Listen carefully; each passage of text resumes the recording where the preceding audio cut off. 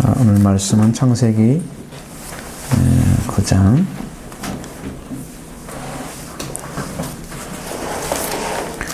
26절부터 28절의 말씀을 읽습니다. 창세기 74과 창세기 9장 26절 28절 같이 읽어보겠습니다. 또 이르되 햄의 하나님 여호와를 찬송하려다 가나안은 셈의 종이 되고 하나님이 야벳을 창대하게 하사 셈의 장막에 거하게 하시고 가나안은 그의 종이 되기를 원하노라 하였더라. 옹수아의 노아가 120년을 살았고 그의 나이가 90세가 되어 죽었더라. 아멘. 이제 셈이란 사람이 이제 정면으로 나왔죠. 함도 나오고 셈의 하나님을 찬송하리로다 이렇게 감격스러운 말씀을 하시고, 그러나 또 가나안은 셈의 종이 되고 이제 이 밑에 떨어지고, 또 야벳은 창대하게 하셔서 셈의 장막에 거하시고, 여기가 이제 영적인 관계에서 셈의 후손과 야벳의 후손의 관계를 이야기하고 있는 것 같아요. 어쩌면 그 셈의 후손이 야벳의 후손, 그러니까 유럽에 있는 사람들, 그쪽에 있는 그러한 족속들을 향해서 복음이 셈의 자손부터 나와가지고 그 야벳 자손으로 흘러가게 한, 그래서 이쪽 아시아 쪽, 그러니까 쉽게 말하면 우리가 이런 우리 현재 아시아 쪽으로 복음이 많이 들어온 게 아니고 유럽 쪽으로 가게 하셔서 성령께서 그렇게 하신, 다윗을 이렇게 지도하시는 모습도 성경에 나오는데, 예수의 영이 못 가게 갖고 움직이지 못하는데 그런 장면도 성경에 나오고 있습니다. 그랬을 때 이게 셈의 후손을 통해서 복음이 이제 완성되고, 그 다음에 그것이 이제 야벳의 족속, 야벳의 후손들로 넘어가게 해서 그들을 심히 창답케 하시는 그런 일들을 하나님이 이 말씀을 근거로 했는지 잘 모르지만 확실한 것은 하나님 그렇게 하셨다는 거예요. 실제로 아시아 쪽으로 넘어오지 않았어요. 복음 빨리. 유럽 쪽으로 간 게 확실하거든요. 우리가 뭐 다 이게 교회사 같은 데 보면 다 그래 나오니까. 그걸 봤을 때 이 말씀이 지금 참 그때도 역사하지 않았나 생각이 꼭 들어요. 셈의 장막에 거하기만 해도 엄청난 축복이다. 그렇죠? 가나안은 또 그의 종이 되기로 한다. 이게 가나안의 종 두 번 나오잖아요. 셈의 종이 되고 또 가나안인 야벳의 종이 되고, 이렇게 이제 두 번에 걸쳐서 종이 되는 그런 역사가 지금 역사상으로 일어났을 것 같아요. 보니까 첫째는 셈의 후손들이 이스라엘 사람들이었으니까 가나안 땅에 들어가서 종이 된 자들, 그들이죠. 그 가나안의 종이 되고, 야벳의 종이 된다고 하는 것은 그들이 되게 이제 노예를 수입했을 때 되게 아프리카에 있는 사람들을 많이 수입을 했잖아요. 그들이 그래서 이제 구라파, 미국 쪽에 많이 있죠. 흑인들이 노예 때문에 지금 그렇게 된 거잖아요. 나중에 노예 해방을 해서 같이 살게 됐지만 사실은 종들이죠. 영적으로 이 하나님 말씀대로 하면 종들이죠. 그런 역사적인 사실도 그걸 증거해주고 있는 것 같아요. 동일하게 이 말씀이 이제 이루어졌다는 얘기예요. 그들이 보기에는 뭐 참 그렇지, 이렇게 기분 나쁘게 생각할지 모르지만 우리가 이 성경 역사로 볼 때는 이게 맞는 거죠. 그렇게 이루어졌다는 거예요. 그리고 여기서 하나 중점적으로 봐야 될 것은 뭐 셈과 야벳 축복이라는 단어를 사용했지만, 사실은 이제 여기에서 볼 수 있는 것은 셈의 하나님이라는 단어, 셈의 하나님이라는 단어입니다. 여러분, 누구의 이름으로 일컬어지는 하나님이 된다고 하는 것은, 아브라함의 하나님, 이렇게 일컬어지는 것은 어떤 사람에게 이루어질까요? 어떤 사람일까요? 최소한 이것은 혈통관계이어야 돼요. 영적인 혈통관계. 그래서 하나님의 자녀로 들어간 사람, 하나님의 핏줄이 이어지는, 영적으로 하나님의 핏줄이 된 사람입니다. 그의 이름으로 일컬어지는, 그러니까 얼마나 놀라운 축복이에요. 제 이름으로 일컬어지는 하나님이 되면은 제가 지금 아브라함의 후손이 되어야 되잖아요. 아브라함 같은 믿음을 가지면 아브라함이 우선이 되죠. 그런데 아브라함보다 앞서서 셈이 하나님의 이름으로 일컬어지는 사람이 됐어요. 그러니까 여기는 대단한 축복이, 근데 이거 어떤 축복이냐, 그것은 셈이 지금 아버지의 그 영적으로 참 뛰어나고 굉장한 그런 영적 경험을 했던 그 아버지, 하나님의 완전한 신뢰를 입었던 그 아버지의 그 연약함을 덮었기 때문에 이것은 더 큰 축복인 거예요. 여러분, 보통 사람들이 이렇게 죄를 짓고 잘못을 범하면 저 사람 어차피 그러니까 이렇게 해버리면, 치부해버리면 별것이 안 돼요. 그것은 덮었다, 이런 것들이. 그런데 영적으로 이렇게 높은 분이 실수를 했어. 그래서 이제 문제가 생겼단 말이죠. 근데 그걸 덮었다는 거예요. 전혀 안 보고. 그러니까 그런 위치에 있는 사람을 덮을 줄 아는. 그렇다면 이 사람은 영적으로는 하나님의 핏줄이 됐고, 그 다음에 사람과 관계 안에서는 형제의 마음을 완전하게 찾은 사람이다. 그래서 이 사람이 결국은 오순절의 씨앗이 됐다는 것이죠. 오순절의 씨앗. 여기서도 시작됐대요. 그래서 형제의 마음을 찾은 사람은 어떻게 산다고요? 형제를 내 생명처럼, 내 몸처럼, 나 자신처럼 사랑해서 내 생명으로 받아들이잖아요? 그러면 그 생명이 아픔이 내 아픔이고, 그의 고통이 내 고통이고, 그런 마음이 회복되면 그가 가지고 있는 모든 걸 다 덮고 싶은 마음이 이루어진 거죠. 그게 이루어진 거예요. 그 마음을 찾아냈다는 거예요. 그 마음을. 그래서 하나님이 그의 이름으로 일컬어졌다는 것이죠. 그렇게 큰 자가 됐다고 하는 거예요, 셈이. 여기도 여러분이 찾아내야 될 숙제와 같은 거예요. 그 마음을 어떻게 찾아야 되느냐 이거예요. 셈의 마음을 어떻게, 셈이 가졌던 하나님 관계에서 무엇을 찾아내야 셈처럼 이렇게 하나님의 이름을 일컬어지는 그 핏줄로 들어가고, 또 한 가지는 셈 하나님의 이름으로 일컬어지는 하나님이 셈의 하나님을 찬송받게 하는, 그러니까 찬송을 드리는 그러한 영적인 위치에 그의 하나님을 찬송한다.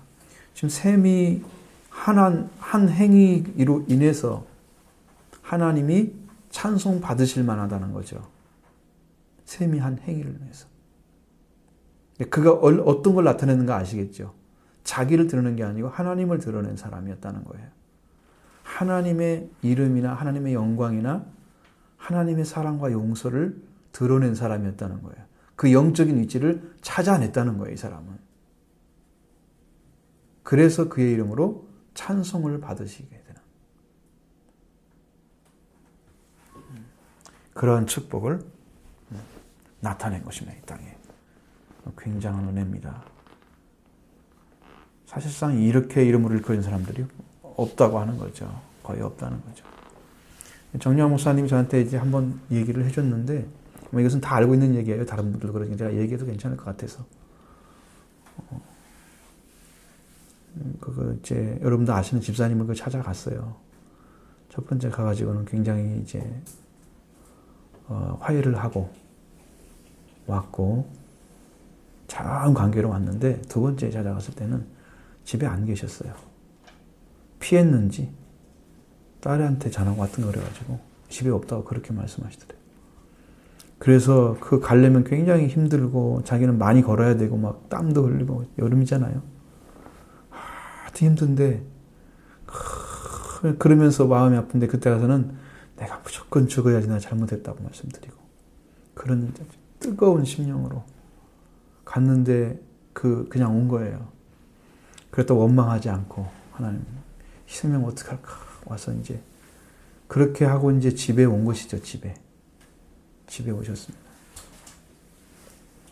왔는데 갑자기 밤이 됐죠. 저녁이 돼가지고 자기 직전인 것 같아요. 얼마 자기 전이었는 것 같은데 시간적으로는 갑자기 셈의 하나님을 찬송하려고 하는 그 말씀이 막 하늘로 올라가는 거예요. 그런데 갑자기 그 올라가면서 자기 영이 끌려 올라가더래요. 그 이 말씀과 함께 끌려 올라가더래요. 그러더니 그 옆에 한 사람이 앉아 있는데 자기 영이 딱 끌려 올라가서 딱 보니까 한 사람이 앉아 있는데 이 사람이 많이 본 사람은 아닌데 아는 사람 같더래요. 그래서 요한아 하고 불렀대요. 그랬더니 요한이 나중에 알고 하나님 나중에 알려줬대요. 요한이 옆에 있었대요. 요한이 사도 요한이 영적으로 온 거예요. 아 요한이가 요한이를 부른 거예요. 그리고서 나중에 하나님이 가르쳐 주는데 이 셈이 아버지를 덮은 그 큰 사랑이 이것이 온 인류를 덮는 사랑이라고 말씀하시더래요. 온 인류를 덮는. 그래서 여기서부터 오순절이 시작됐다고 그렇게 말씀하셨어요. 여기서부터 시작됐대요. 저는 그거 확실하게 이 말씀 통해서 알 수 있죠. 확실하게요. 그 덮는 그 사랑은 여러분 순수한 사람일지라도 뭐 이렇게 범죄를 하게 되면 제 같은 느낌이 들면 좀 싫잖아요. 여러분 죄 짓는 사람이 좋지 않죠. 기분 안 좋죠. 그 사람 보면. 근데 영적인 사람이 이렇게 막 사람들한테 참 보기 싫은 일을 다 행하고 있으면 거기에 대한 반응은 샘과 같은 반응이 대부분일 거라고 생각해요. 저렇게 위대한 사람이 어떻게 저런 실수를 할 수가 있어 이렇게 생각하는 거죠. 함과 같은 반응이 대부분일 거라고요.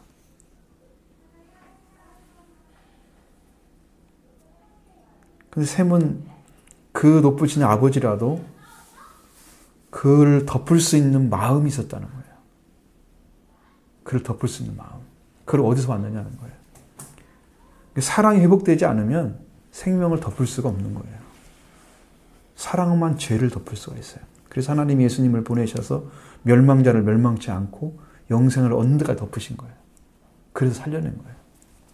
그러니까 그 사랑 외에는 사람을 살리는 능력이 없다. 이 사람은 생명의 오순절의 씨앗이다. 그래서 우리도 셈의 오순이 된다는 거예요. 셈의 오순이. 아브라함이 셈의 오순이거든요. 예수님도 셈의 오순이고요. 그 다 이루어져요, 그렇게. 그 핏줄이 있어요, 영적인 핏줄이.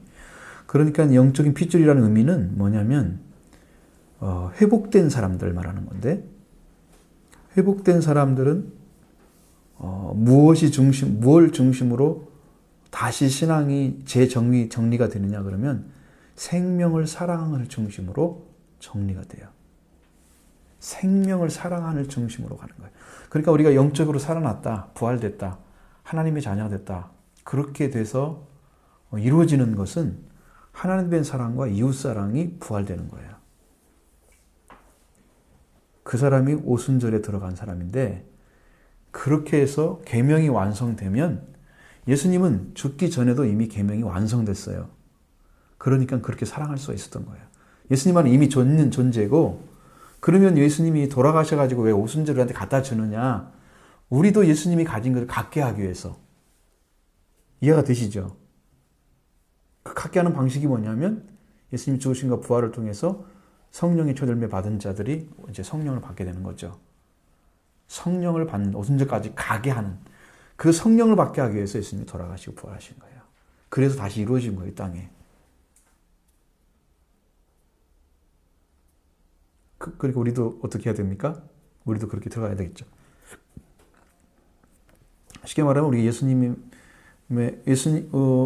우리들도 예수 그리스도의 죽으심과 부활이 내 안에서 이루어지고 그 다음에 오순절이 내 안에 이루어지면 이 셈의 핏줄이 되는 거고 여러분이 오순절의 완성을 가진 거예요. 오순절이 완성된 사람만이 14만 4천이고 그 다음에 또 오순절이 완성된 사람만이 초막절에 들어가고요. 오순절이 완성된 사람만이 하나님 보좌 앞에 이를 수가 있어요. 속죄소에 들어갈 수가 있어요. 여기를 거치지 않고는 하나님 앞에 나올 수 있는 길이 없다고 하는 것을 아셔야 돼요. 아무리 어떤 방식으로 신앙생활을 해도 이 길을 걷지 않으면 길이 없기 때문에 못 찾는 거예요. 그래서 다 이단이 되는 거죠. 이상한 방식으로 신앙생활하는 거죠. 신비한 경험을 요구하거나 뭐 그런 거는 정말 생명을 주인 사랑하는 그 영적인 부활이 이루어지는 사람들이 많지 않다고 하는 사실이죠.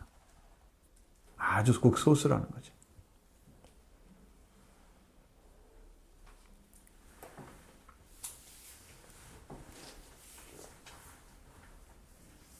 그것을 여러분 먼저 생각하셔야 된다는 거예요. 신앙은. 그래서 오순절이 이제 이스라엘 백성으로 말하면 탈출할 때 출애굽 시에 이루어진 일들을 이스라엘 땅에서 맨 처음 얻잖아요. 6월절을. 6월절은 그냥 죄가 죽어야 할 자인데 예수님이 그 어린 양의 피를 보고 그냥 넘어가는 거예요. 그냥 죽음이 있는 사람인데 원래는 그 죽음을 넘어가게 하는 것이 6월절이에요. 그 예수님의 일방적인 사랑이에요. 그건 보혈의 공로예요. 그래서 그냥 넘어가는 거예요, 죄를. 그래서 우리가 6월절을 갖게 되면 일단 죽음은 넘어간 사람이야, 이 사람이. 그러면 뭐 이제 홍해를 건너오잖아요. 이제 그래서 그 사람들이 결국은 십계명을 받는 자리에 서잖아요. 그 십계명을 받게 되면 계명을 받게 되면 지난번 우리가 이제 수련회 세미나 때 말씀드렸던 것처럼 그렇게 거룩한 백성이 되고 제사장 나라가 되고 이게 다 이루어져요. 그런 영적인 축복의 위치에 서야 될 사람들에게 하나님께서는 법을 주시는 거예요. 십계명이 그래서 성령과 같은 것, 오순절과 같은 것입니다. 십계명이. 그리고 십계명을 받은 사람은 그 말씀을 이루어서 사랑을 회복해야 돼요. 근데 이스라엘 백성들은 그 말씀을 받았음에도 불구하고 사랑을 회복하지 못했습니다. 계명은요, 사랑을 완성시키기 위해서 주신 거예요. 다시 회개하고 돌아와서. 근데 왜 그들이 그걸 못 이뤘느냐 그러면 하나님 주신 말씀 앞에 죽지 않았기 때문이라고 그래요. 이유가 뭐냐면 말씀을 받고 회개하지 않으면 요단강을 건너갈 수 없대요. 그래서 누구만 건너갔습니까? 여호수아와 갈렙만 회개하고 돌아왔기 때문에 말씀으로 죽었기 때문에 거기를 건너갈 수 있었대요. 가나안 땅에 들어간다는 거예요. 여기까지 여러분 아셔야 돼요. 그러니까 제가 아까 말씀드린 것처럼 오순절이 오면 뭐가 부활된다? 계명이. 하나님 사랑, 이웃 사랑, 계명이 부활돼서 우리 안에 그 계명이 완성이 되면 진정으로 하나님 사랑하고 정말 거짓없이 이웃을 내 몸처럼 사랑하는 그 사랑이 완성되면 이 사랑을 가진 사람들이 오순절의 완성이다. 성령이 임하면 그것이 이루어져야 돼요. 능력이네, 은사네, 그런 것들이 중심이 아니라는 거예요, 성경은.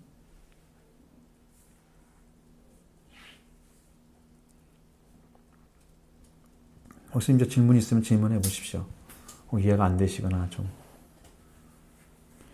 그래야 정확히 짚고 넘어가죠, 다시.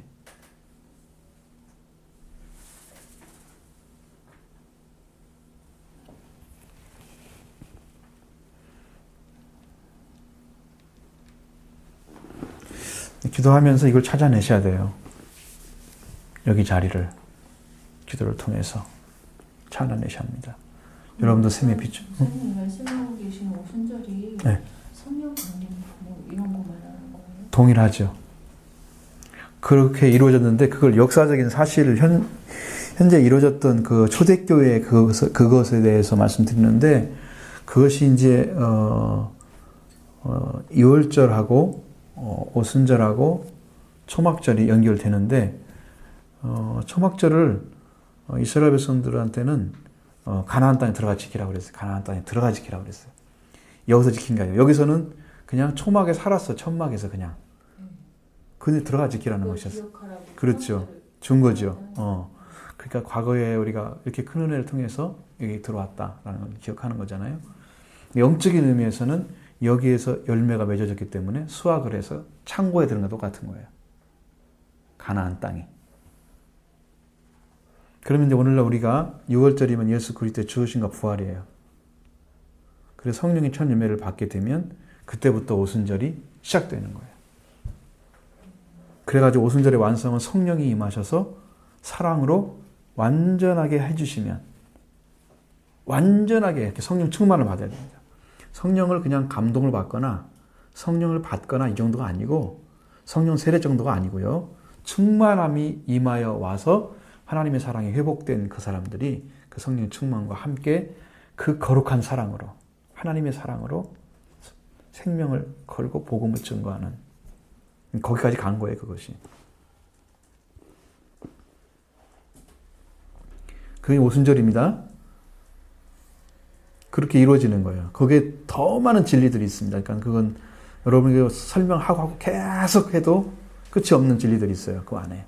엄청난 진리들이 있어요. 제가 그렇게 막 마음이 오니까 굉장한 건데 여러분에게 단순하게 설명드리잖아요. 지금. 아주 굉장한 막 축복이 꽉 차 있어요. 막. 아니요, 알아요. 학술적인 의미라는 것 증거는 아는데요. 그렇게 어마어마 들어있는 것은 아닌데 제가 조금 가늠이 안 갈 뿐이에요. 그게 제일 네. 어려운 거예요. 그래서 이렇게 들어가는 길이 우리가 지금 7.7절 당했을 때 항상 지금 7월 달에도 말씀드린 것처럼 그걸 잘 이해를 못하게 돼 있어요. 그게 와야지 이해가 되는 거지. 오순절에 씨앗이 떨어져야, 샘처럼 떨어져야 하는 거지. 그게 오지 않으면 못해요. 오순절, 샘의 이제 씨앗이라는 의미는 오순절에 이루어진 사람을 얘기하는 거예요. 한 생명의 씨앗이 이미 이루어진 거예요. 예수님도 그 핏줄을 통해서 왔다고 그래도. 성령께서 가르쳐 주시고. 이 사람은 지금 이룬 거잖아요. 아버지를 덮었잖아요. 이미 이루어진 거죠. 그 큰 사랑을. 아버지를 뛰어넘는 그 큰 사랑을 하나님께로 받아가지고 덮은 거예요. 그 축복을 받은 거예요. 그래서. 이런 복음은 어디 들어서 들어볼 때도 없고요. 아마 이해가 안 될 거예요. 보통 이런 얘기를 좀, 목사님도 영적 얘기를 좀 해봤으면 좋겠어. 얼마나 저기하고 같이 공유할 수 있는지 이런 것들이 좀 알고 싶은데, 잘 안 해요. 몰라서 하는 건지 아니면 그냥 맨날 하는 얘기인데 뭐 또 하냐 이런 생각을 하고 있는 건지 모르겠지만 그런 일을 거의 듣지를 못하죠. 영적인 부분은. 자. 그 다음에 셈의 하나님 또 그 다음에 야벳을 창대게 하셔서 셈의 장막에 거하게 하시고 하나님 그의 종이 되기를 원하노라 그러면서 홍수 후에 노아가 350년을 살았다고 그랬습니다. 그러니까 그건 950세가 됐죠. 홍수가 시작된 때부터 시작하면 600세에 시작했으니까 350년이니까 950세가 맞죠.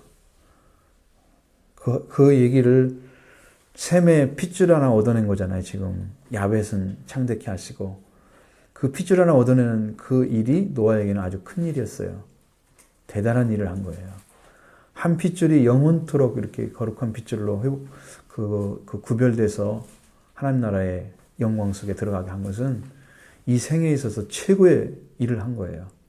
아브라함도 이삭 한 사람을 낳아서 그를 키워낸 것이 최고의 일을 한 거예요. 여러분 영적인 사람이 그렇게 많지 않다는 거 아셔야 되고요. 예수를 통해서는 온 인류에 다 이렇게 퍼뜨렸지만 선포됐잖아.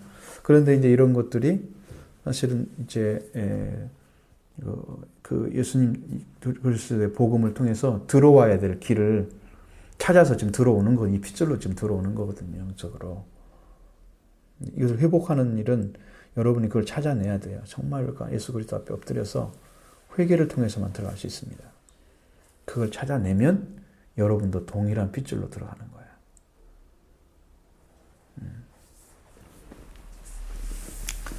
이제 오늘 잠깐 말씀드리고 그다음에 이제 보시죠. 셈이란 말은 이름이란 뜻이고요. 셈.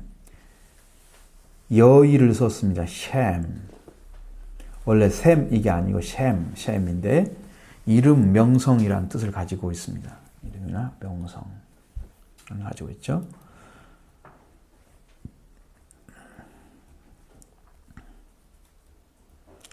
근데 여기서 말씀하시는 하나님을 찬송하리로다 이 말은 찬송한다는 의미보다는 예배한다는 의미가 더 많은 것 같아요.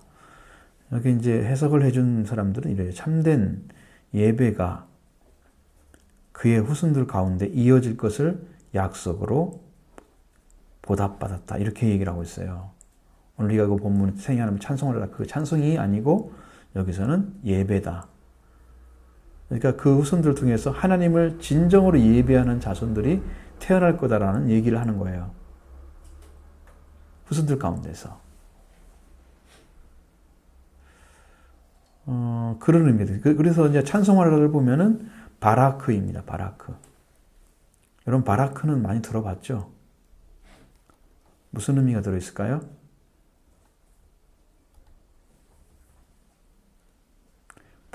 복을 주다는 의미의 말을 쓸 때 바라크를 많이 써요. 바라크는 근데 원래 의미도 복을 주다, 찬양하다. 그 두 가지도 들어있어요. 그 속에 무릎을 꿇다, 축복하다. 그런 의미도 들어있고요. 바라크란 단어가.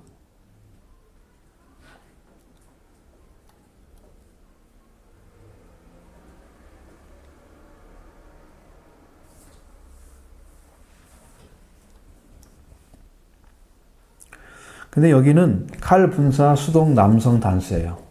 수동태로서 남성 단수예요. 그러면 이게 뭘 얘기하느냐면 찬송을 하는 게 아니라 찬송을 받으시는 거예요. 셈의 하나님이 찬송을 받게 되는 거예요. 그럼 누구에 의해서? 셈에 의해서. 셈의 한 행위가 하나님께 찬송이 되어지게 하는 그 행위인 거예요. 뭐 예배를 드리게 하는 행위인 거예요. 하나님을 알게 해주는 거. 하나님을 믿는 사람이 사는 삶이 무엇인가를 알게 해서 하나님을 예배하도록, 하나님께 예배드리도록, 하나님을 또 찬송하도록. 찬송과 예배는 아주 굉장히 가까운 가운데 있어요. 이 단어가 따로 떨어지는 말이 아니고요. 그러니까 이것은 그렇게 생각하지 마시고 왜 찬송과 바로 예배를 두 가지를 얘기하느냐 그러지 말고 그 단어는 같이 사용될 수도 있어요. 때 따라서는. 그러니까 그렇게 이해를 하시면 찬송도 하고 예배도 드리는 거 동일한 거구나. 그러니까 하나님 나라는 예배를 드리는데 찬송밖에 없습니다. 하나님 나라에 들어가면. 그 나라에는 예배가 찬송이에요. 네? 찬송밖에 없는 나라예요. 천국에 가면. 이제 거기 가서는 지금 여기서 찬송 잘 못하는 사람도 거기 가서 그 나라 가면 다 잘한대요. 음치가 없대요. 괜찮은 사람 있지 여기서. 그 나라는 이 땅에서 찬송을 가장 못하게 하고 한국에 가서 들어보면 굉장히 잘한 것처럼 찬송이 들린다는 녹음해 놓은 거 보면 천국에 가서 가본 사람이 그렇게 얘기해요. hin성희 목사님 한번 그 얘기가 나왔었어요. 제가 들었을 때. 자기는 찬송 잘 못하는데 거기서 천사가 뭐 들려줬대요. 자기 찬송한 것을. 그런데 그렇게 찬송을 잘하더는데 여기 찬송 못해도 괜찮아요. 열심히 부르세요. 열심히 부르세요. 하나님을 높이는, 하나님을 예배 드리는 그 일은 끊임없이 꾸준히 정말 그 높으신 이름을 우리가 높여드리는 그 찬송을 끊임없이 하셔야 된다는 거예요. 그 놀라운 축복을 우리가 이제 그 땅에 기록해 놓는 거예요. 하늘나라에. 하나님의 이름이 셈에 의해서 높여지고 찬송받으셨다. 예배를 드리는 자리 되겠다. 말씀하시고 있는 것이죠. 이제 우리가 가나안이 종이 된다 그랬어요.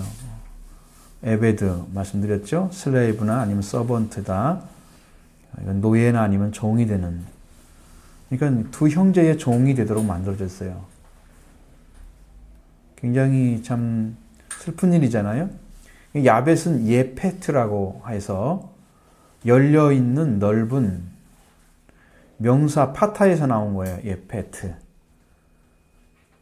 원래는 그 사람들이 예페트 이렇게 하면은 우리가 명사형으로 사용되잖아요. 근데 예페트는 파타라는 명사에서 나왔어요.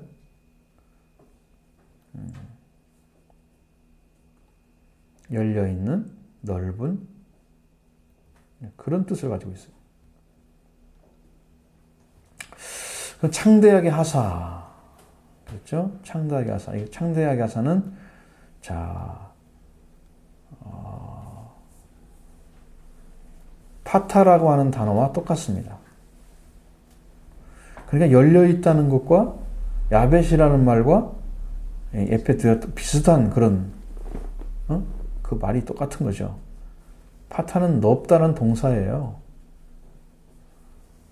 그러면 이 넓다라고 하는 말로 우리가 했을 때는 그게 어떤 파타의 기본적인 개념은요, 근본 개념은 열려 있다는 말입니다. be open. 넓다는 뜻입니다. wide. 근데 이게 뭐가 열려 있고 뭐가 넓느냐? 거기는 이런 의미가 들어있다. 이 원래의 의미는 옳고 그름에 대한 판단력이 개발되어 있지 않고, 지금 야벳을 어떻게 해주느냐? 그 사람이 셈을 따라서 같이 아버지를 덮었단 말이에요. 그런데 셈이 하나님은 찬송을 받으시게 되잖아요. 근데 야벳은 그 맛을 안 해준단 말이죠. 왜냐하면 그 가지고 있는 세계가 그렇지 않다는 거예요. 셈처럼 그것이 아니고 함을 따라가지 않고 셈을 따라갔기 때문에 산자가 된 거죠. 그는. 그 옳고 그름에 대한 판단력이 개발되어 있지 않고 온갖 종류의 유혹에 개방되어 있는 셈에 대한 야벳에 대한 얘기입니다. 비성숙하고 단순한 사람과 관련되어 있다는 거예요. 열려 있다, 넓다 그런 뜻이 이거 관련되어 있다는 거예요.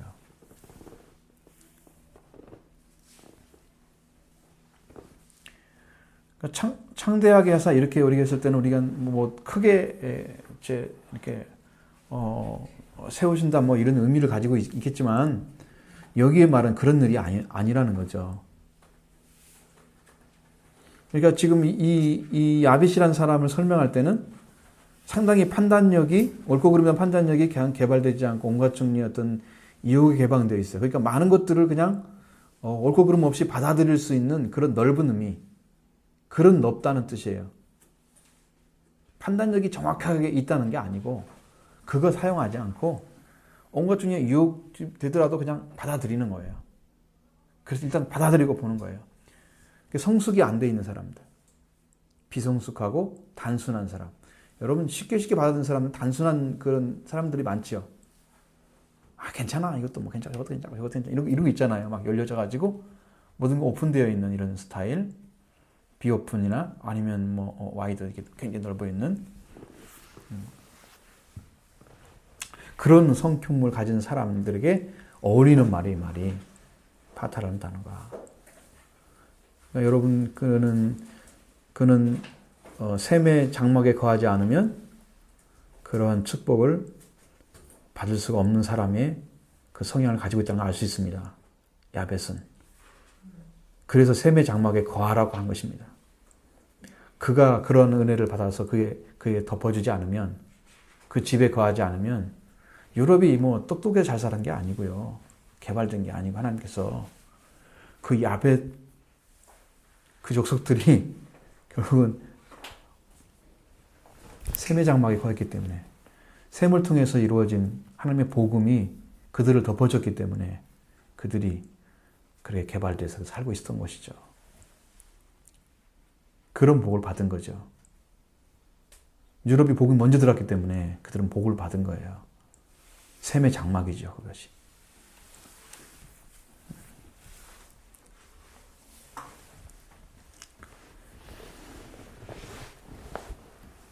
장막은 뭐 천막이라는 의미니까요. 그래서 거기에 거주하도록 하셨다는 거예요.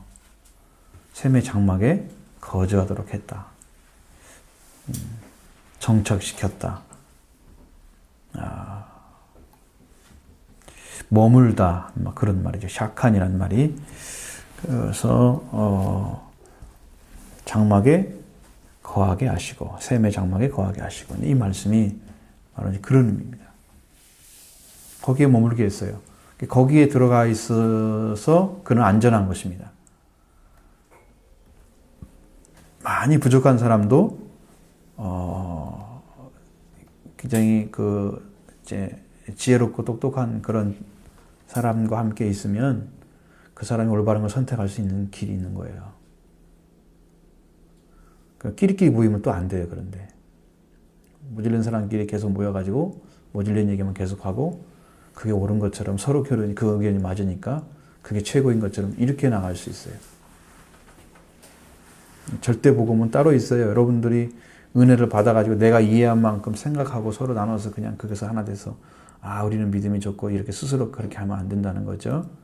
왜냐하면 더 완전한 복음이 성경 안에 있기 때문에 그 안에 있는 복음을 여러분들 같이 이제 받아들이고 그것을 여러분 통해서 더 넓은 세계, 영적으로 깊은 세계에 들어가야죠. 높은 세계, 그렇죠? 입체적으로 봤을 때 풍성한 하나님의 축복을 다 받아 누리는 이제 은혜를 여러분이 경험하셔야 됩니다. 그러면서 더 큰 것들을 받아내야 돼요. 그걸 찾아내게 하기 위해서 지금 우리가 공부하는 거잖아요. 그걸 찾아내기 위해서.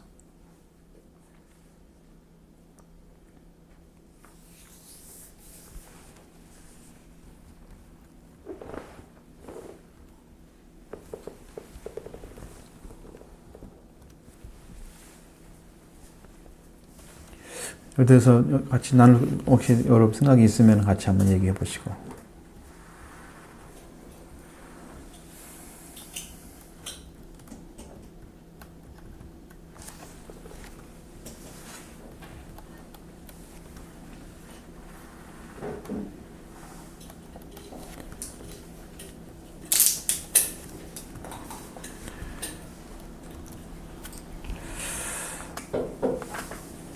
자, 티타임입니다. 약간 따뜻해졌으니까 먹을만 할 것입니다. 아까는 너무 차가웠을 것 같고.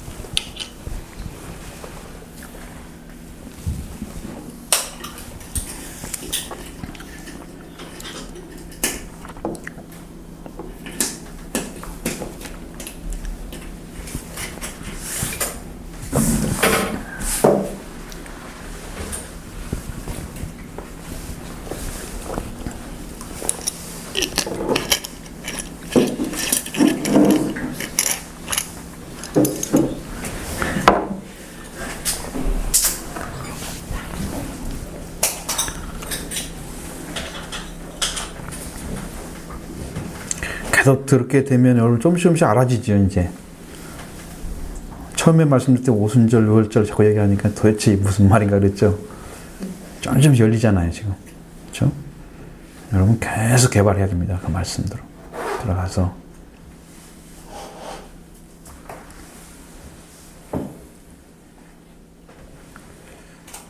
여러분들이 진짜 축복을 딱 받고 은혜 받고 이런 영적 경험을 하게 되면 말하지 말라고 해도 말을 하고 싶을 거래요. 너무 좋으니까. 너무 좋으니까. 막 말하고 싶죠. 그 다음에 성령이 충만함이 오면 이제 복음을 전하게 될 것이에요. 그런 역사를 우리가 행해 나가야 되겠죠. 질문이 없으신 줄 알고. 과자는 안 먹습니까? 과자 하나씩 나눠주시죠.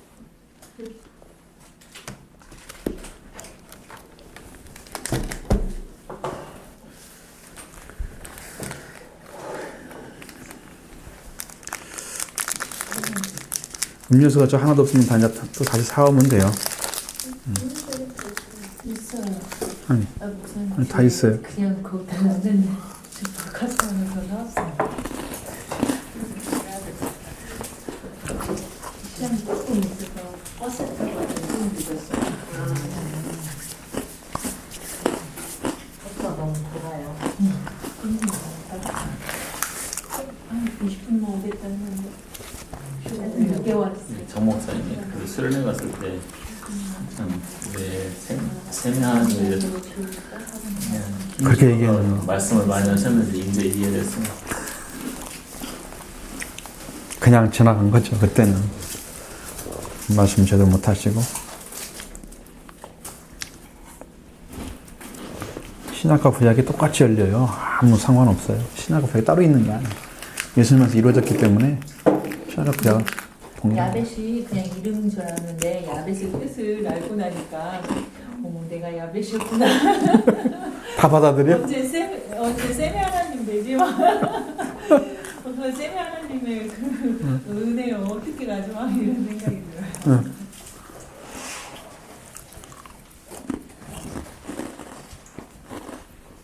그래도 장막에 거하다 보니까 이제 조금은 분별이 되죠. 근데 전에는 뭐든지 다 이렇게 포용해야 넓은 사람인 줄 알았어요. 그리고 신앙도 굉장히 폭넓은 사람이고요. 왜 폭넓고 막 이런 사람인 줄 알았는데 포용력이 높은 거죠. 그게 아니더라고요. 하나님이 원하시는 그것만 지키면 되는데 세상적인 것과 막 융합해서 다 포용해야만 이게 뭐 좀 괜찮고 좀 신앙의 어떤 저기가 있는 사람처럼.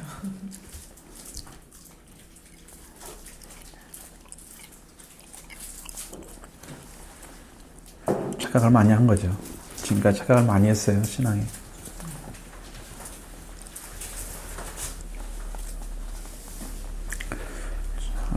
이제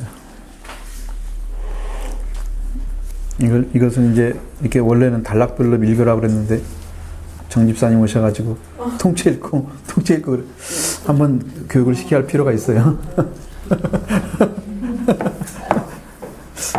그 얘기할 시간이 없어 그냥. 노아는 샘과 야벳을 위해 축복했다. 이 본문에서 샘과 하나님과의 관계, 샘과 함의 관계, 그리고 샘과 야벳의 관계, 야벳과 하나님과의 관계, 야벳과 함의 관계를 알 수 있다. 샘과 하나님이 관계를 맺게 되고 야벳과 그 후손도 하나님이 거하시는 샘의 천막에 들어가 관계를 맺을 수 있는 축복을 받는다고 했다. 즉 하나님과 샘과 야벳 족속이 하나 되는 관계를 이루자는 것이다. 그러나 함의 후손은 이 관계에서 제외되기를 원한다고 했다. 그럼 이해가 되셨죠? 거기는 어떻게 핏줄이 잘라든지 아시겠죠? 별 수 없습니다. 그건 더 못 들어옵니다. 거기는 우리가 우리가 여기서 얘기하지만 셈과 야벳에서 얘기하지만 사실은 이스마엘이나 이삭에 관련된 에서나 다 곁가지예요. 전부 영적으로 못 들어옵니다. 그 핏줄은 잘라져 버립니다. 한 사람에게 태어나서도 마찬가지예요. 여러분 예수 믿는다고 비슷하게 믿으면 똑같은 것 같으죠. 많은 사람들이 격가지 신앙생활 많이 합니다. 똑같은 핏줄인 줄 알고 생각하죠. 나도 이렇게 믿고 있고 나도 이렇게 잘하고 있고. 그러나 그 핏줄은 그렇게 흘러가지 않습니다.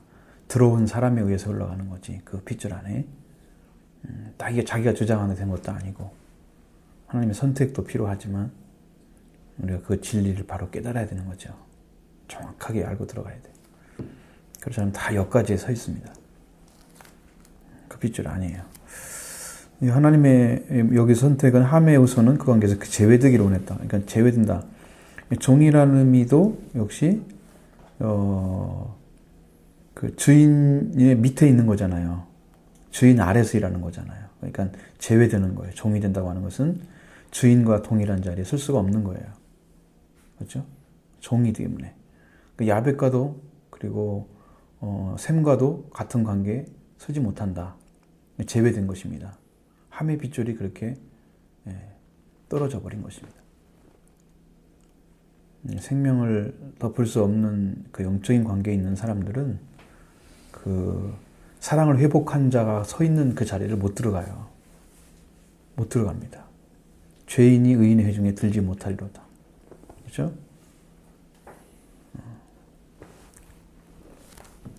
그렇게 되는 거예요. 한번 또 보시죠.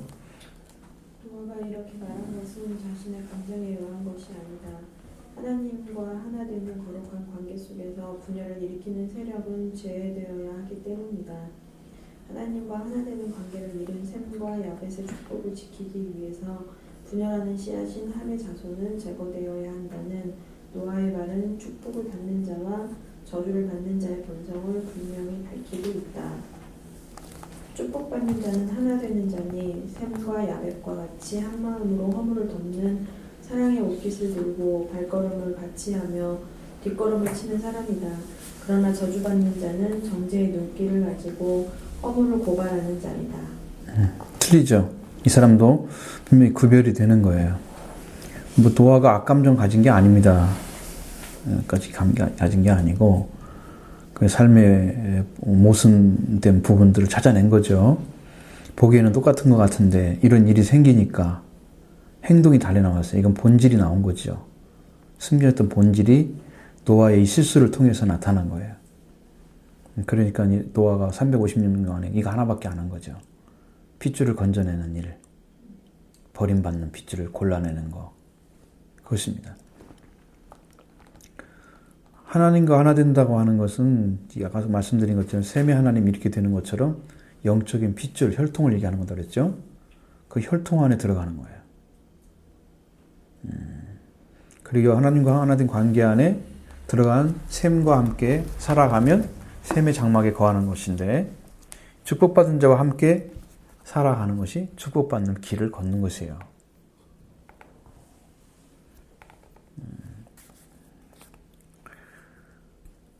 그래서 이 관계 안에 들어오지 못하고 아버지가 맺은 하나님과 관계를 아주 악한 것으로 만들어버린, 아주 죄악에 있는 것처럼 만들어버린 그러한 함의 핏줄은 제외되는 것이에요. 거기서. 그러니까 지금까지 맺었던 아버지와 하나님과 노아의 관계가 함이 말하는 것처럼 그렇게 악한 관계가 아닌 거죠. 셈이 가지고 있는 그 하나님 관계란 말이에요. 그 하나님의 축복을 그렇게 가졌는데 그 축복을 그냥 그 함은 그걸 아무것도 아닌 관계로 만들어버린 거예요. 하나님과 관계를. 그러니까 여러분 이것도 믿음대로 되는 것입니다. 그렇게 보고 그렇게 생각하고 행동하기 때문에 그 사람은 그 자리에서 그렇게 떨어져 나가는 거예요. 믿음도 되라 그러냐. 열족속이 여러분 보신 것처럼 10지파가 가나안 땅에 다녀왔을 때도 그 거짓 증언을 하잖아요. 자기들이 본대로 지금 얘기한 거지. 그것은 믿음이 없이 하나님의 약속과는 아무 상관이 없는, 하나님의 약속의 말씀이 없기 때문에 믿음이 없는 고백을 할 수밖에 없었고 그들은 본대로 자기들이 생각한 대로 얘기할 수밖에 없고 그들은 다 죽었습니다. 여호수아 갈렙은 들어갔습니다. 그러니까 믿음대로 됐잖아요. 그것이 믿음대로. 그래서 밤새도록 울었을 때 하나님께서 그들 백성들도 40년 동안 다 죽이게 만들겠다. 그래서 믿음이 없는 그 백성들이 다 죽을 때까지 40년을 광야 생활을 시키는 거예요. 광야 생활을 괜히 시키는 게 아니야. 그것이 시작된 것이에요. 근데 그걸 잘 모르잖아요. 여러분이 이렇게 해서 우리가 은혜를 받고 정확하게 신앙으로 걸어가면 오순절로 바로 들어갈 수가 있어요. 오순절이 시작이 될 수가 있어요. 예수님이 십자가 부활을 빨리 경험한 사람들은 오순절로 바로 들어갈 수 있어요. 오순절에 이루어졌다는 뜻이 아니고 오순절을 향해서 바로 출발할 수 있다는 거예요. 이 오순절을 향해서 출발하는 사람들이 영적으로 예수님의 십자가 부활을 빨리 경험하면, 그 은혜를 여러분이 경험하면 가능합니다. 왜냐하면 그 사람들은 기본적인 죄의 문제와 사망의 문제가 해결돼서 하나님이 거기다 옷을 입힐 수가 있기 때문이에요. 영적으로.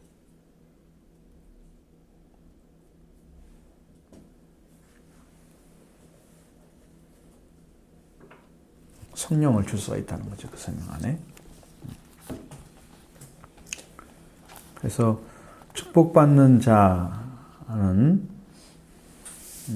어떤 사람인가 여기 다시 설명을 해놨는데 셈과 야벳과 같이 한 마음으로 허물을 덮는 사람의 옷깃을 들고 발걸음을 하여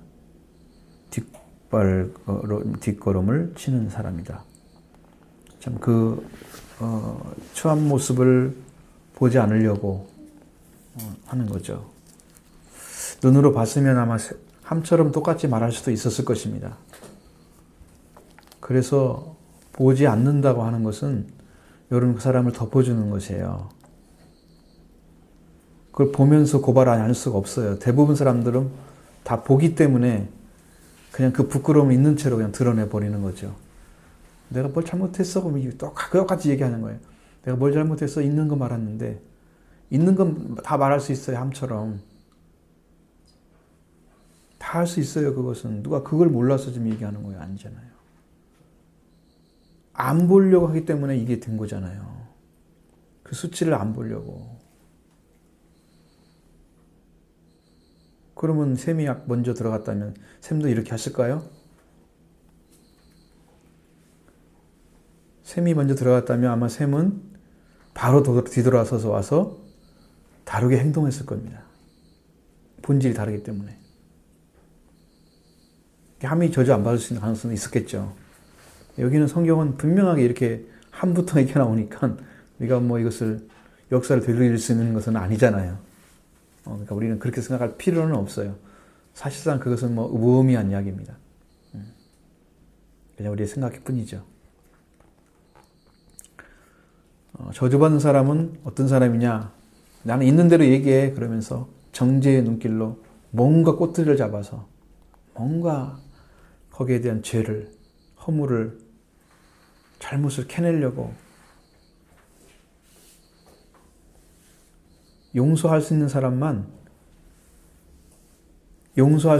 정죄가 없는 거예요. 용서할 수 없는 사람은 정죄가 있는 거예요.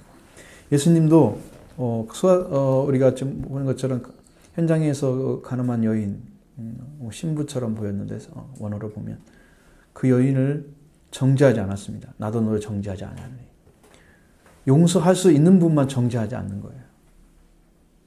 그걸 현장에서 봤어요. 똑같이. 예수님은 정죄하지 않았습니다.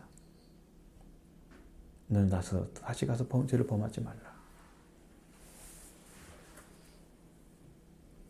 예수님이 그게 나쁘다 좋다 그 말씀 안 하시잖아요. 정죄하지 않는 거잖아요. 그냥 그 죄를 집어내서 다른 사람이 돌로 치려고 하는 것처럼 그 자리에 서지 않는 거잖아요. 그 자리에 서지 않고 있는 사람만 이 말을 할 수 있는 거예요. 정죄하지 않는 만. 그 시각을 가진 사람들, 정죄하는 시각을 가진 사람들은 언제나 비판적이죠. 따뜻한 사랑이 없더라고요. 비판적인 눈을 갖게 되면. 우리가 세례 요한이 가지고 있는 시각은 어떤 시각입니까? 이스라엘을 향해서. 이스라엘 백성들이 사실이잖아요. 그렇게 살고 있는 것이. 그러니까 독사의 새끼처럼 살고 있는 게 맞아요.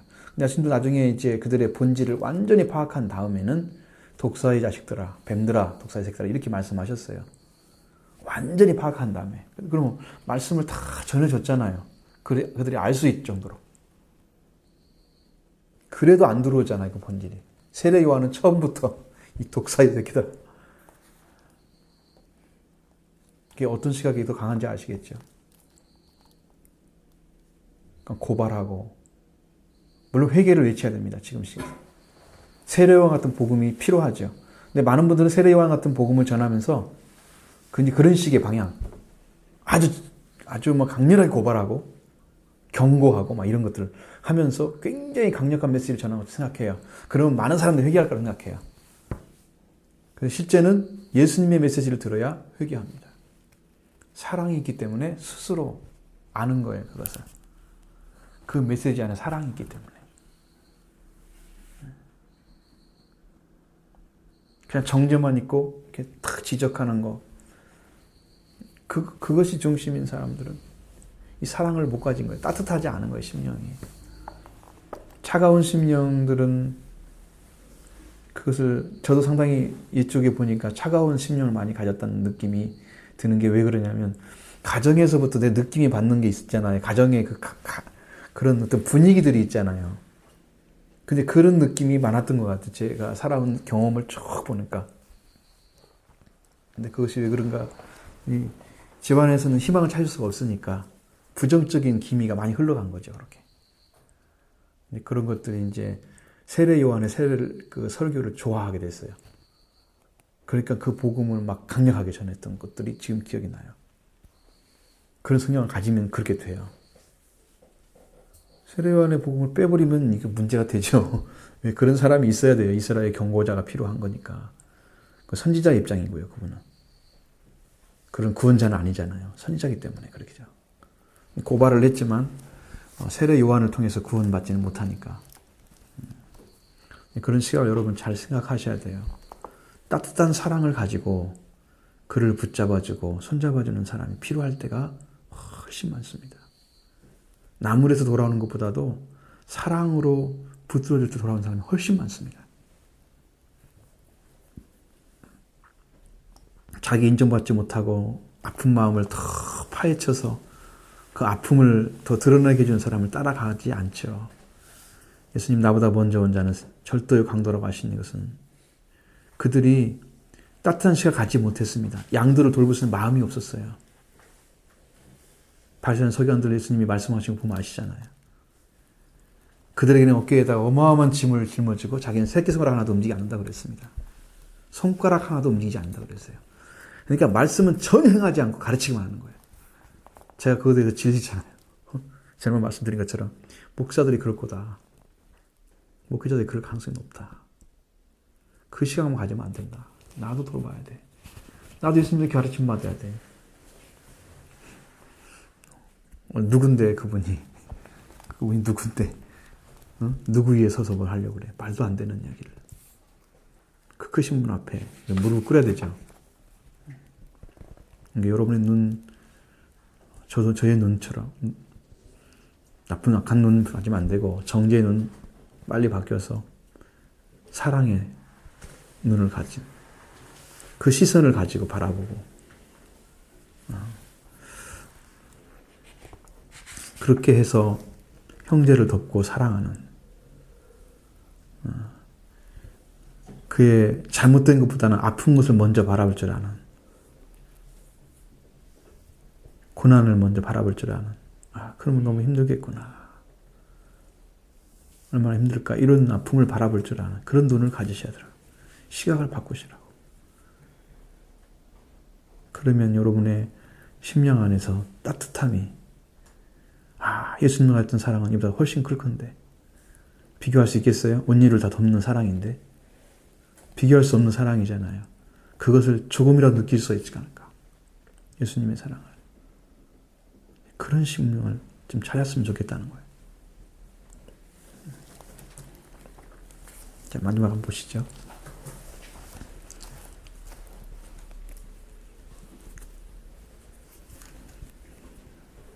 셈과 야벳은 핏줄로서의 사랑을 다했다. 그러나 함은 핏줄을 무시하고 고발했다. 이것이 축복받는 자와 저주받는 자의 상반된 본성이다. 너희들은 하나님께로부터 나온 같은 핏줄이니 하나 되어 사랑하라고 말씀하신 것과 같이 하나 된 자만이 하나님의 자녀요 하나님 나라의 주인이 된다. 그러므로 하나 되지 못한 자는 종이 될 수밖에 없다. 네. 자, 하나 된다는 말을 계속하죠. 하나란 말을 계속 사용하고 있습니다. 하나 된다. 핏줄로서 사랑을 다했다. 이제 이런 것이 여러분, 이건 뭐냐면은 여러분이 이 위치에서 무슨 말을 하려고 하는 걸 알아야 돼요. 그러니까 이것은 영적인 핏줄이 아니면 육적인 핏줄로서 사랑을 덮는 것은요, 그게 한계예요. 인간의 한계예요.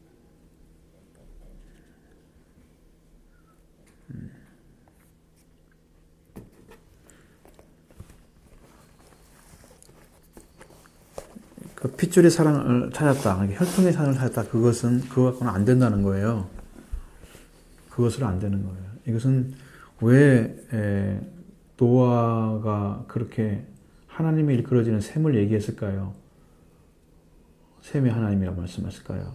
그의 핏줄이, 그의 혈통이 하나님과 관계 맺었기 때문이죠. 그렇죠? 한 핏줄을 댔죠?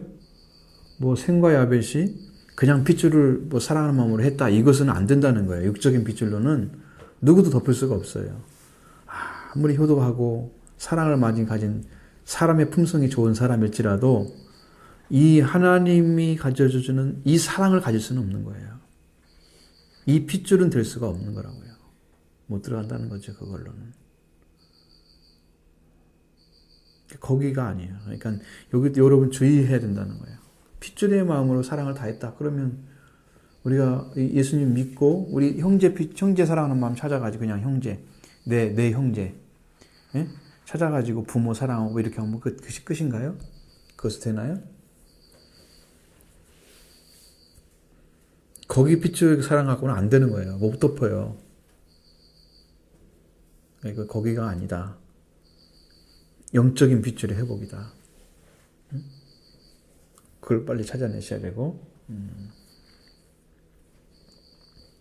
하면 그걸 못했다는 거예요.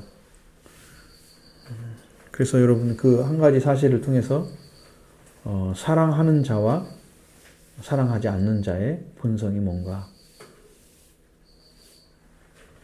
허물을 덮는 자와 허물을 고발하는 자의 잘 나타나는 거예요. 위에 말하는 시각이 똑같죠. 정죄의 시각이나 사랑의 시각 비슷하죠.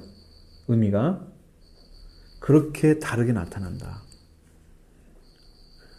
똑같은 사실을 보고도 다르게 얘기를 해야 돼요. 똑같은 사실을 보고도 다르게 행동하는.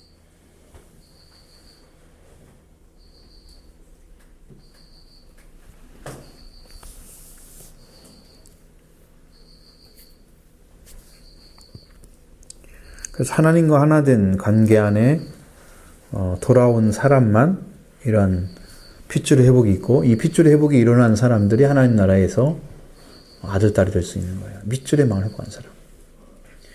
결국은 이제 샘은 그 마음이 풍성하게 덮을 수 있는 마음이, 그 사랑의 마음이 태어난 것은 샘 자신도 굉장히 연약하고 부족한 사람인 걸 알기 때문입니다. 죄인인 걸 모르는 사람들은요, 하나님의 의를 구하지 않습니다. 하나님의 오르심을 구하지 않고요, 자기 의를, 하나님 의를 대신하려고 하죠. 근데 내가 죄인인 걸 아는 사람은요, 나의 의로는 내가 멸망받는 걸 알아요. 분명히 겸손하게 들어갔을 거예요. 그러한 훈련이 되었을 거예요, 샘 안에는. 그래서 회개하고 이 말씀을 얻어낸 거예요. 회개하고 하나님을 예배하는 자리, 찬송하는 자리를 얻어낸 거예요. 이 회개를 반드시 여러분이 가져서 그걸 이뤄내신다면 우리도 동일한 핏줄의 자리에 들어갈 수 있는 거예요. 그것이 오늘 여기 말씀의 숙제란 말이죠. BSL의 숙제예요. BSL. 이게 정말로 성경을 가지고 생활을 해보시라는 거예요. 나도 한번 해보자는 거야.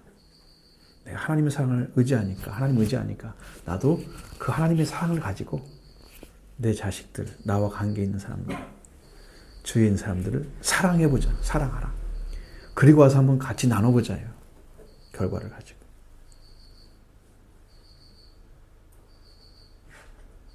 그 가지고 오셔서 같이 하나면 이게 말씀을 공부하는 거죠. 정말 살려고 한번 해보셔야 돼요. 한 주간 동안 사셔서 그건 월요일 날 가지고 오시면 더 재미있는, 뭐 여러분이 어떠한 경험을 하든지 그건 여러분의 삶에서 이루는 일이고, 그것이 뭐 특별한 일이 아니어도 상관없어요. 여러분 그렇게 살려고 했다는 그 한 가지만 가지고도 중요한 결단이 이루어지고, 그것 시작이 아주 중요한 것은 뭐냐면 그 말씀을 발견하고 삶을 시작하고자 할 때에 하나님 우리를 지목하시는 거고, 그때 보셔요 우리를. 이제 말씀을 들었는데 아무 상관없이 살아가잖아요. 그냥 지나가 버리잖아요. 하나님 우리를 보시지 않습니다. 그때는 말씀을 지키려고 정말 고난 속에, 박해 속에, 힘든 광 속에서 정말 그 삶을 살아가고자 하는 중심을 찾은 사람 향해 사람 보시는 거예요. 고난 받는 자는 눈을 떼시지 않으시죠. 눈동자처럼 지키시죠. 그걸 한번 해보시라고. 실제로 형제의 마음을 가지고 하나님의 사랑을 가지고 진짜 삶을 살아가 보십시오. 그 마음이 여러분의 마음에 가득 채워지면 채워질수록 더 따뜻한 사랑이 안을 것입니다. 다른 사람들의 품에 따뜻하게 그 생명을 안아줄 거예요. 그러면 무슨 일이 벌어지냐면 나 자신도 행복해지고요. 하나님이 나한테 함께 해주시니까 내가 성령을 경험하게 돼요. 성령을 경험하게 돼요. 성령이 오셔서 나를 붙드시고 움직이시는 걸 느껴지죠. 하나님 말씀을 사용하시기 때문에 말씀 의지한 자와 함께 할 수밖에 없어요. 다른 길을 못 찾아요. 이제 신앙에 실패하는 사람들은 하나님께는 막 그 충성심은 넘치는데 이 말씀에 지목하지 않는 사람들이 많아요. 참 뭐 하나님께 열심히 해드리고 싶고 뭘 드리고 싶고 막 이런 거 있잖아요. 정말 하나님을 사랑하는 마음이 있는데 이 말씀으로 들어간다는 길을 잘 모르는 사람들. 그 말씀에는 약간 등한히 하고 열정은 품고 막 열심히 교회에 충성하고 이런 사람도 있죠. 이렇게 하면은 못 들어간다고요. 말씀으로 들어가야 된다. 그런 사람 예수님이 십자가를 준비해놨지만 여러분 말씀을 아는 게 더 중요하잖아요. 더 정확하게 들어갈 수 있잖아요. 그 사람은 예수님 믿고 보혈의 피를 의지하십시오. 그렇게 해서 가르쳐줘야 돼. 그 사람 예수님 의지하십시오. 그래서 예수님 당신의 죄를 사용 받아야 됩니다. 그걸 해가지고 그걸 깨트려서 들어가게 만들어줘야 돼. 그 사람들은 잘 모르니까요. 그러면 이제 이 눈이 밝아지게 돼 있어요. 그 사람. 기도를 많이 시키고 훈련을 막 시켜야 되죠. 그냥 못해요. 그 사람들은. 말씀을 이해를 못하기 때문에 그렇습니다. 그만큼 어려워요. 혹시 질문이 있으면 같이 나누시고.